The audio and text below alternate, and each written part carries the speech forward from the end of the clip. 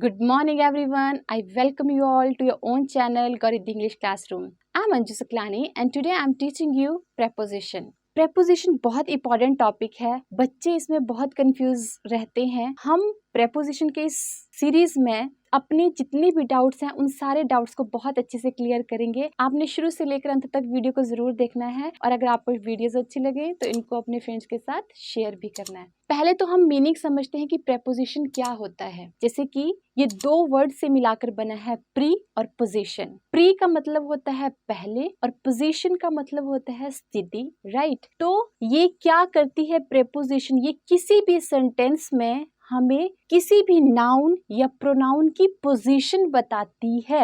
उस नाउन या प्रोनाउन से पहले आकर उसकी पोजीशन को बताती है। जैसे मैंने एग्जांपल लिखा, the book is the table, the table.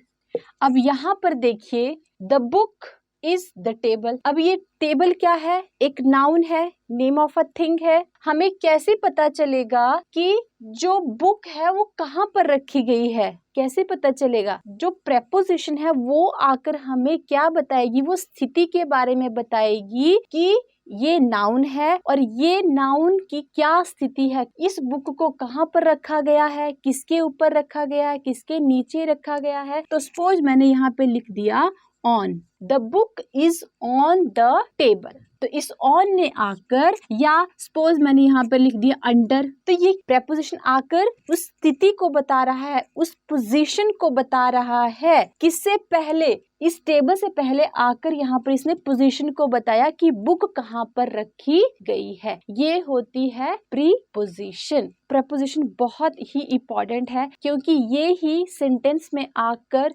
स्थिति को बताती हैं, पूरे सेंटेंस के अदर वर्ड से संबंध स्थापित करती है, राइट। तो हमें प्रेपोजिशन को समझना बहुत ज्यादा इंपॉर्टेंट है क्योंकि इसके बिना तो सेंटेंस कंप्लीट होता ही नहीं है, सेंटेंस अधूरा सा रहता है। तो प्रेपोजिशन की इंपॉर्टेंस तो मैंने आपको बताई। अब हम जानेंगे इससे रिलेटेड क्या क्या रूल्स होते हैं, क्या क्या रूल्स हैं, कहाँ कहाँ पर हम प्रेपोजिशन का इस्तेमाल करते हैं। पहले हम इसके रूल्स देखते हैं। तो चलिए अब हम स्टार्ट करते हैं इसके रूल्स को। फर्स्ट रूल लिखा है, after the preposition objective pronoun is used. Preposition के बाद क्या यूज किया जाता है? Objective pronoun. अब ये ऑब्जेक्टिव प्रोनाउन क्या है? जैसे मैंने लिखा आई, यू, ही, शी, इट और दे। ये क्या है? सब्जेक्टिव केस है। और ऑब्जेक्टिव क्या है? ऑब्जेक्टिव मीन्स आई मी में चेंज होता है, यू में ही हिम में, शी हर में, इट इट्स में और दे देम में। तो ये है, ये सब्जेक्टिव है और ये ऑब्जेक्टिव है। तो मैंने यहाँ पर लिखा है कि प्रेपोजिशन का यूज ऑब्जेक्टिव प्रोनाउंस के साथ किया जाता है। ये सब प्रोनाउन है, राइट, ये भी प्रोनाउन है और ये भी प्रोनाउन है। और एक प्रेपोजिशन के बाद हम हमेशा ऑब्जेक्टिव प्रोनाउन का ही यूज करते हैं। जैसे एग्जाम्पल से समझते हैं, जिसमें लिखा he wrote a letter to me. अब टू प्रेपोजिशन है और टू के बाद हम क्या यूज करते हैं? ऑब्जेक्टिव प्रोनाउन का यूज करते हैं। तो मी क्या है? ऑब्जेक्टिव प्रोनाउन है, तो इसके बाद हम मी का यूज करेंगे। कभी भी he wrote a letter to I नहीं होगा। अगर आप यहाँ पर आई लिखेंगे तो वो गलत हो जाएगा। यहाँ पर आपको क्या लिखना है? एक ऑब्जेक्ट ही राइट करना है। कभी भी प्रेपोजिशन के बाद सब्जेक्टिव केस का यूज नहीं किया जाता, मीन्स इसका यूज नहीं किया जाता, इन्हीं सभी वर्ड्स का यूज किया जाता है। क्लियर? तो ये है हमारा फर्स्ट रूल। अब देखिए नेक्स्ट रूल है, after a preposition a verb can not be used. किसी भी प्रेपोजिशन के बाद कोई वर्ब का यूज नहीं किया जाता है। एग्जाम्पल से समझते हैं। जैसे मैंने लिखा, she is good at swimming, right. और नेक्स्ट सेंटेंस मैंने लिखा, they are responsible for organizing the event. अब यहाँ पर इन दोनों सेंटेंस को देखिए, ये एट का यूज किया गया है जो एक प्रेपोजिशन है और यहाँ पर फॉर का यूज किया गया है जो भी एक प्रेपोजिशन है। अब एट के बाद जो ये स्विमिंग यूज किया गया है, स्विम क्या है? स्विम एक वर्ब है। अब मैंने बोला अगर आप इसको ऐसे लिखते हैं, he is good eight swim, तो क्या है? तो वो रॉन्ग है। और ऑर्गेनाइज करना ये भी क्या है, एक वर्ब है। अगर मैं इसके बाद ऑर्गेनाइज लिखूं तो वो भी रॉन्ग है। जब भी प्रेपोजिशन आएगी उसके बाद हम एक जिरेंड का यूज करते हैं। इट मीन्स जब हम वर्ब के साथ आईएनजी का यूज करते हैं तो उसको जिरेंड फॉर्म बोलते हैं, और प्रेपोजिशन के बाद जिरेंड फॉर्म का यूज किया जाता है। कभी भी किसी भी प्रेपोजिशन के बाद वर्ब का यूज नहीं किया जाता अगर वो एक प्रेपोजिशन है।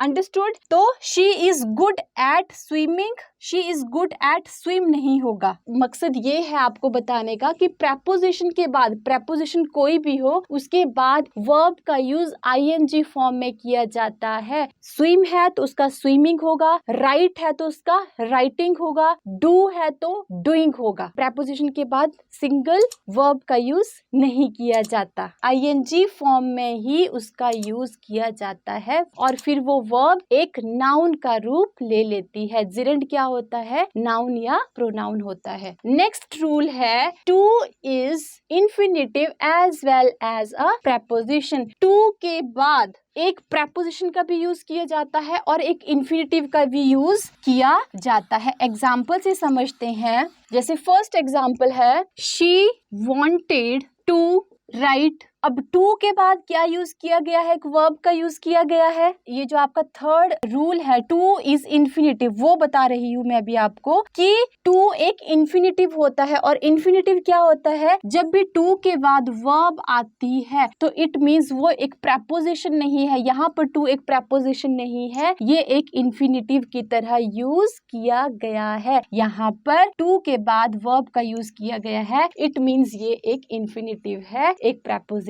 नहीं है। बट जब एक टू के बाद आईएनजी फॉर्म का यूज किया जाता है तो वो प्रेपोजिशन होता है। चाहे आईएनजी फॉर्म का यूज किया गया हो किसी वर्ब के साथ, या नाउन या प्रोनाउन का यूज किया गया हो, तो वो प्रेपोजिशन होती है। एग्जाम्पल से समझते हैं। I am looking forward to meeting you. अब इस सेंटेंस में देखिए टू के बाद आईएनजी फॉर्म का यूज किया गया है, तो यहाँ पर ये टू एक प्रेपोजिशन है। बट यहाँ पर जो ये टू का यूज किया गया है राइट से पहले, तो ये एक प्रेपोजिशन नहीं है, ये यहाँ पर इंफिनिटिव है। और यहाँ पर जो ये टू का यूज किया गया है, ये क्या है, एक प्रेपोजिशन की तरह काम कर रहा है। टू, यहाँ पर टू एक प्रेपोजिशन है और यहाँ पर टू एक इंफिनिटिव है। जब भी टू के बाद वर्ब आती है तो वो इंफिनिटिव होता है, और जब भी टू के बाद आईएनजी फॉर्म आती है या फिर टू के बाद नाउन या प्रोनाउन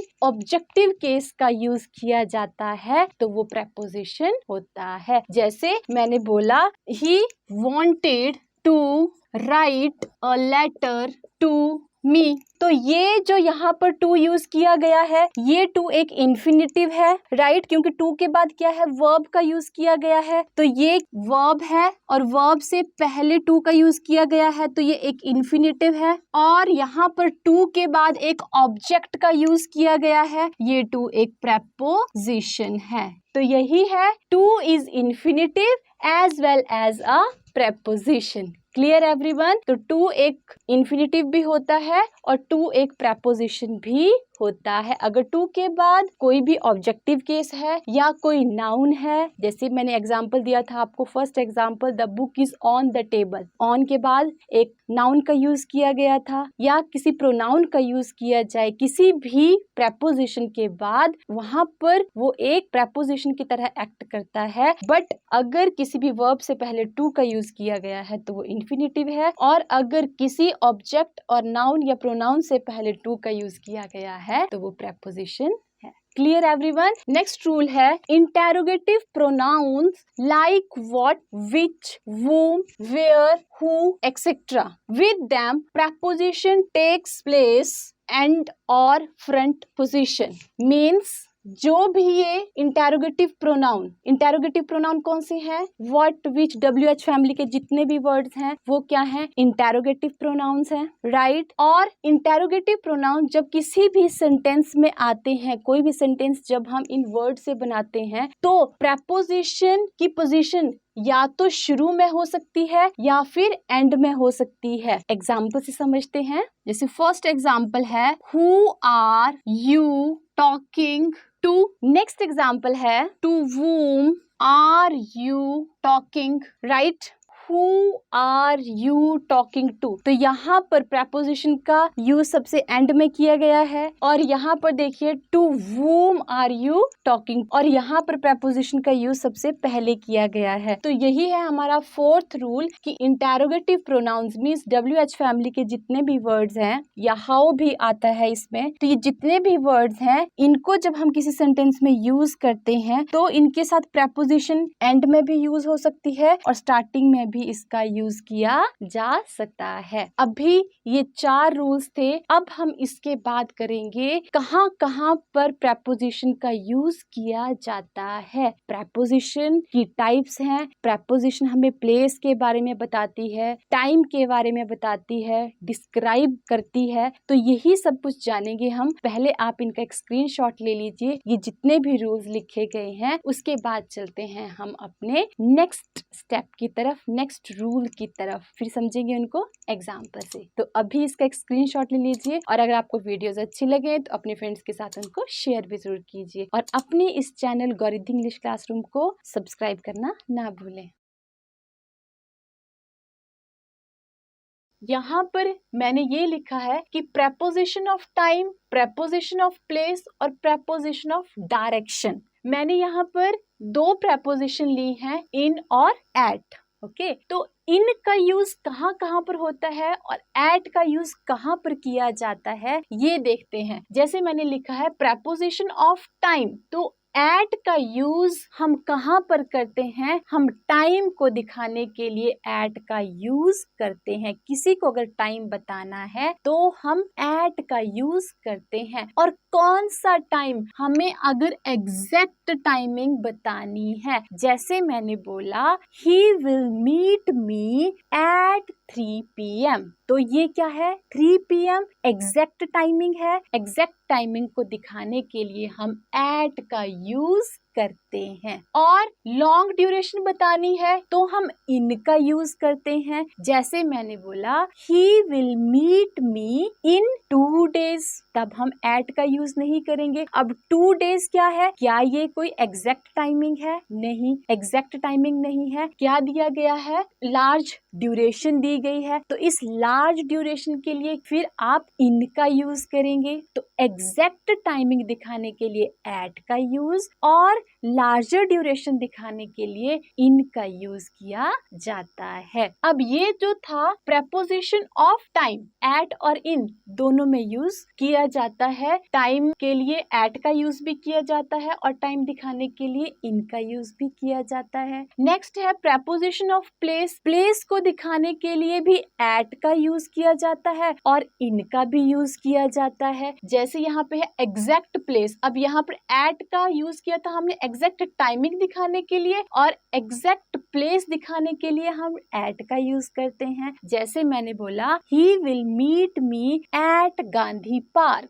तो ये क्या हो गया? एग्जैक्ट प्लेस हुआ। तो एग्जैक्ट प्लेस के लिए आप एट का यूज करेंगे। और अगर मैंने बोला शी विल मीट मी इन मुंबई, तो ये क्या है? लार्जर प्लेस है, लार्जर एरिया है, तो वहां पर आपने क्या यूज किया? इन मुंबई। फिर आप एट मुंबई नहीं बोलेंगे, क्या बोलेंगे? इन मुंबई। हम एट और इन का यूज टाइम दिखाने के लिए भी करते हैं और एट और इन का यूज हम प्लेस को बताने के लिए भी करते हैं। एग्जैक्ट टाइमिंग और एग्जैक्ट प्लेस को दिखाने के लिए एट का यूज और लार्जर ड्यूरेशन को दिखाने के लिए और लार्जर प्लेस को दिखाने के लिए इन का यूज किया जाता है। क्लियर? ये हो गई इन दोनों की बात। अब है preposition of direction. Suppose that मैंने यहाँ पर लिखा he is in the hospital और दूसरा सेंटेंस मैंने लिखा he is at the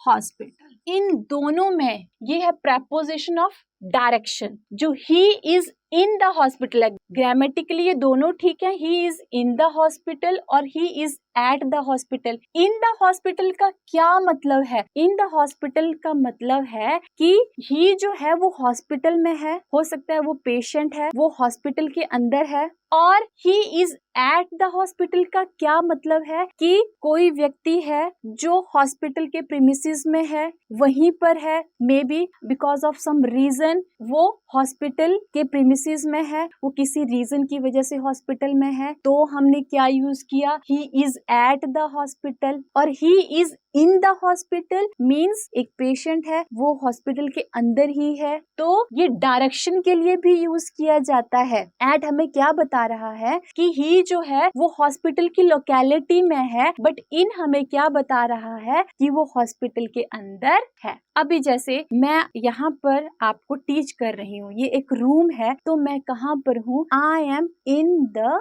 room. मैं इसके लिए क्या यूज करूंगी? आई एम इन द रूम, मैं रूम के अंदर हूँ। क्लियर? अब सपोज दैट कोई कैट आती है और वो मुझे देखकर डरती है और एक कॉर्नर में बैठ जाती है, तो इसके लिए हम क्या यूज करेंगे? फिर हम यूज करेंगे the cat is at the corner. Means जब हमने एग्जैक्ट प्लेस बताया कि कैट कहाँ पर है, कैट एक कॉर्नर में है, जैसे मैंने बताया आपको कि हम एग्जैक्ट प्लेस के लिए हम किसका यूज करते हैं? एट का यूज करते हैं। तो क्या बोलेंगे हम? The cat is at the corner और I am in the room. मैं घर की चार दीवारी के अंदर हूँ, तो मैं क्या हूँ? इन द रूम हूँ। और वो कैट क्या है? जो एक बिल्कुल कॉर्नर में बैठी है, तो उसको हम क्या बोलेंगे? इन द रूम नहीं बोलेंगे, हम क्या बोलेंगे? The cat is at the corner. Clear? In का यूज हम कहाँ पर करते हैं? जब हम चारों तरफ से चार दीवारी के अंदर हैं, तो उस प्लेस को दिखाने के लिए हम इन का यूज करते हैं। बट उस प्लेस में भी जब हमें एग्जैक्ट प्लेस की बात करनी है, तो हम वहां पर एट का यूज करते हैं। Clear everyone? तो आइए अब हम कुछ एग्जाम्पल से समझते हैं। फर्स्ट एग्जाम्पल है आई विल मीट यू। अब ये आपके ऑप्शन है इन और एट। गांधी पार्क, फिर आपकी दोबारा से ऑप्शन है 2 3 PM। अब यहाँ पर देखिए आपको क्या बोला गया है? I will meet you Gandhi park. Gandhi park क्या है? एग्जैक्ट प्लेस की बात की गई है, और एग्जैक्ट प्लेस के लिए आप किसका यूज करेंगे? एग्जैक्ट प्लेस के लिए आप एट का यूज करेंगे, इन का यूज नहीं करेंगे। और कितने बजे? 3 PM। तो 3 PM भी क्या है? एग्जैक्ट टाइमिंग है। एग्जैक्ट टाइमिंग के लिए एट का यूज करेंगे, इन का यूज नहीं करेंगे। Next sentence, I will see you in और एट जून। अब यहाँ पर देखिए ये भी एक टाइम बताया गया है, जून समय बताया गया है, और ये क्या है? एग्जैक्ट टाइम है या लार्जर ड्यूरेशन है? लार्जर ड्यूरेशन है भाई, जून में बोला है मिलने को, तो ये क्या है? एक लार्जर ड्यूरेशन है, तो हम इन का यूज करेंगे,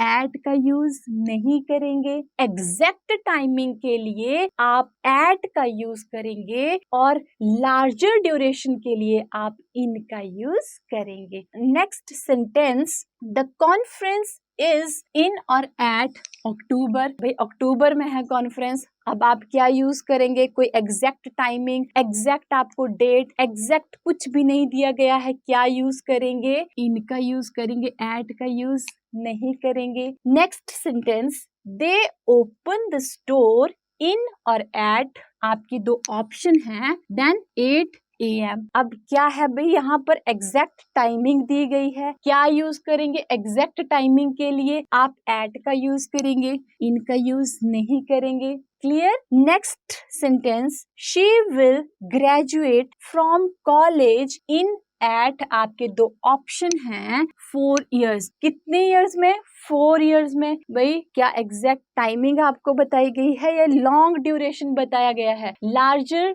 ड्यूरेशन आपको बताया गया है, आप क्या यूज करेंगे? आप यहाँ पर इनका यूज करेंगे। Next sentence, the package should arrive in और एट। दो ऑप्शन है, 2 days। 2 days भी क्या है भाई? लार्जर ड्यूरेशन है, क्या यूज करेंगे? करेंगे 2 दिन में आएगा। द पैकेज शुड अराइव 2 दिन में आना चाहिए, तो आप क्या यूज करेंगे यहाँ पर? आप यूज करेंगे इन का, तो यहाँ पर आपने इन का यूज किया। Next sentence, let's meet at और in corner of the street. अब यहाँ पर देखिए स्ट्रीट बताई गई है और स्ट्रीट का भी कॉर्नर बताया गया है। कॉर्नर मतलब एक एग्जैक्ट प्लेस बताया गया है। एग्जैक्ट प्लेस के लिए आप एट का यूज करेंगे। Next sentence, they plan to finish the project in और एट अ फ्यू वीक्स। यहाँ पर क्या दिया गया है? A few weeks. आप क्या यूज करेंगे? लार्जर ड्यूरेशन दी गई है, किस चीज का यूज करेंगे? आप यहाँ पर इनका यूज करेंगे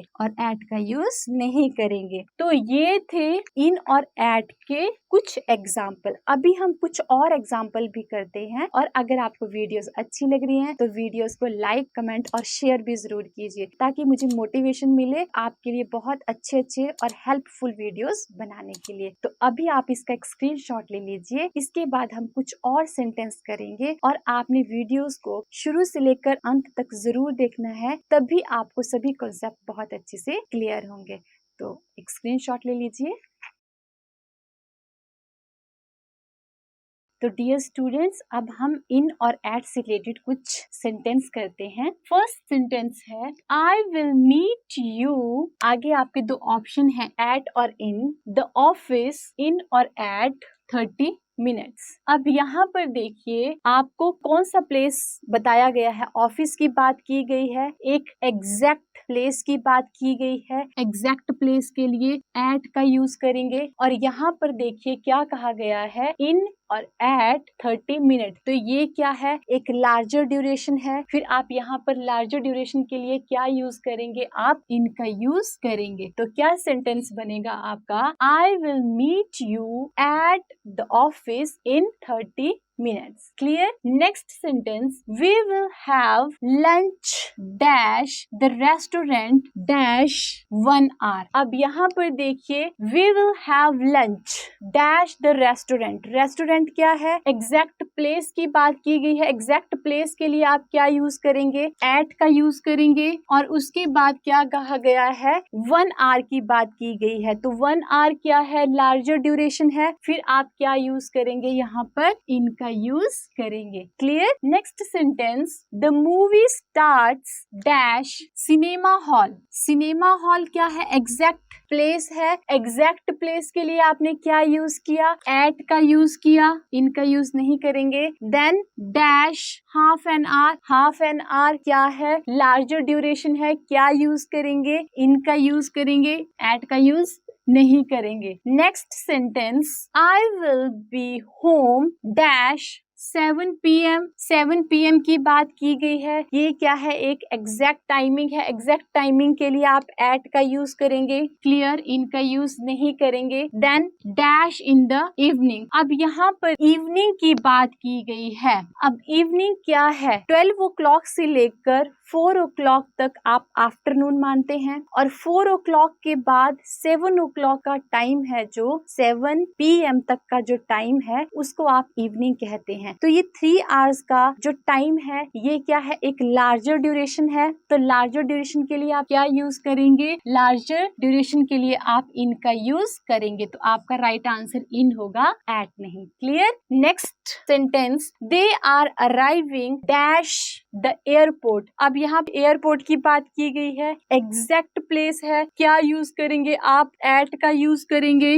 देन एट और इन 2 ऑप्शन है यहाँ पर भी, और मिडनाइट। अब मिडनाइट क्या है? 12 o'clock को मिडनाइट बोला जाता है। रात के जब 12 बजते हैं तो उसको मिडनाइट बोला जाता है, और ये क्या है? एक एग्जैक्ट टाइमिंग है, और एग्जैक्ट टाइमिंग के लिए आप क्या यूज करेंगे? एट का यूज करेंगे। एग्जैक्ट टाइमिंग के लिए एट का यूज करेंगे। क्लियर? इस चीज का आपने ध्यान रखना है। इन द इवनिंग होगा बट एट मिडनाइट होगा। सेंटेंस को अच्छे से देखना है लार्जर ड्यूरेशन के साथ आप इन का यूज करते हैं और लार्जर प्लेस के साथ भी आप इन का यूज करते हैं, बट एग्जैक्ट टाइमिंग के साथ और एग्जैक्ट प्लेस के साथ आप एट का यूज करते हैं। तो मिडनाइट एक एग्जैक्ट टाइमिंग है, इसलिए हमने एट का यूज किया। और इवनिंग क्या है, इवनिंग लार्जर ड्यूरेशन है। इसी तरह से मॉर्निंग भी है। अगर मॉर्निंग है सुबह 5 o'clock से लेकर 12 o'clock तक का टाइम आप गुड मॉर्निंग बोलते हैं, तो ये क्या है, एक लार्जर ड्यूरेशन है, तो उसके लिए इन द मॉर्निंग होगा, एट मॉर्निंग नहीं होगा। क्लियर? नेक्स्ट सेंटेंस देखिए, they are arriving fill up Chandigarh. अब यहाँ पर चंडीगढ़ दिया है, बट ऊपर क्या दिया गया था, एयरपोर्ट दिया गया था। अब एयरपोर्ट क्या है, एक पॉइंट, एक एग्जैक्ट प्लेस है, तो आपने एट का यूज किया। बट मैंने यहाँ पर क्या कहा है आपको, लार्जर प्लेस के लिए इन का यूज करेंगे, तो यहाँ पे इन चंडीगढ़ होगा, एट चंडीगढ़ नहीं होगा। ध्यान रखना है, लार्जर एरिया है चंडीगढ़ में, किसी एग्जैक्ट प्लेस की बात नहीं की गई है। तो चंडीगढ़ के लिए आप इन का यूज करेंगे, आप एट का यूज नहीं करेंगे। और उसके बाद है डैश द आफ्टरनून। अब आफ्टरनून दिन के 12 o'clock से लेकर 4 o'clock तक का टाइम आफ्टरनून का टाइम है, लॉन्ग ड्यूरेशन है। क्या यूज करेंगे, लॉन्ग ड्यूरेशन के लिए आप इनका यूज करेंगे, तो आपने यहाँ पर क्या किया, in the afternoon. Next sentence, I will see you again dash a couple of days. अब यहाँ पे कपल ऑफ डेज की बात की गई है, एक एग्जैक्ट पॉइंट ऑफ टाइम नहीं है, लॉन्ग ड्यूरेशन है। लार्जर ड्यूरेशन के लिए आप क्या यूज करेंगे, आप इनका यूज करेंगे, एट का यूज नहीं करेंगे। तो ये थे यूज ऑफ इन और एट। जो कंसेप्ट था मैंने बहुत अच्छे से आपको समझाने की कोशिश की है। अगर अभी भी आपके कुछ डाउट हैं तो आप कमेंट बॉक्स में लिखकर मुझसे पूछ सकते हैं। अभी आप इसका स्क्रीनशॉट ले लीजिए और इसके बाद हम मिलते हैं नेक्स्ट वीडियो में नेक्स्ट रूल के साथ, नेक्स्ट प्रेपोजिशन के साथ। Till then bye.